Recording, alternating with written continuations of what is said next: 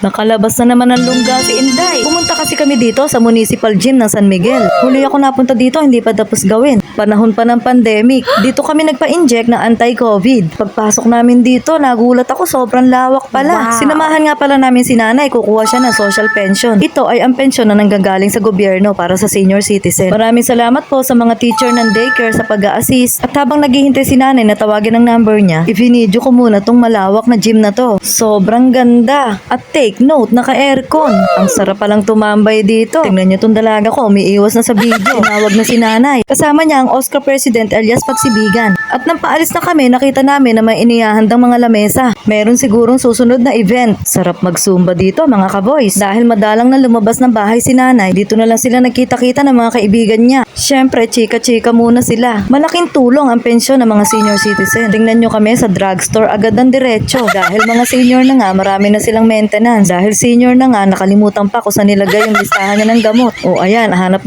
sa bag, hindi makita. Buti na lang, hindi pala naiwan. Dito kami madalas bumili ng gamot sa urbano. Sobrang mura kasi dito. Tataka nga ako, bakit kaya mahal sa ibang butika? Pare-pareho lang naman yun ang brand. Dahil kaya mahal ang inupahan nilang pwesto. Curious lang po. Bibili sana kami ng tinapay dito sa Pearson kaso wala pang laman. Kaya dumiretso kami dito sa Lisa's Bake Shop. Tiga dito lang din sa San Miguel ang may-ari nito. Pero pumatok ang mga tinapay niya. Sobrang sasarap kasi lalo na ang mga cake. Pagpasok namin dito, pilahan na pala. 10:30 AM pa lang, wala nang tigil ang pasok ng tao. Madami naman kasing mabibili dito. Hindi lang mga tinapay, meron din mga sweets tulad ng pastillas. Ang problema, maaga pa pala. Kaya hindi pa kompleto ang mga tinitinda nila. Dami pang bakanting lalagyan kasi hindi pa nakakapag-refill. Ang dami bumibili kaya nauubos din agad yung mga natitira dito. At ito ang bestseller nila, ang biskotso. I-try nyo guys pag napunta kayo dito. Sobrang sarap. Itong istante nila ng cake, wala pang laman. Banana bread ang hinahanap ni nanay pero wala pa daw. Tingnan nyo, ngayon pa lang sila nagre-refill. Ayan si nanay, macarons na lang ang binili. I-try na lang daw namin kung masarap. Pauwi na kami guys, magsasaing pa ako.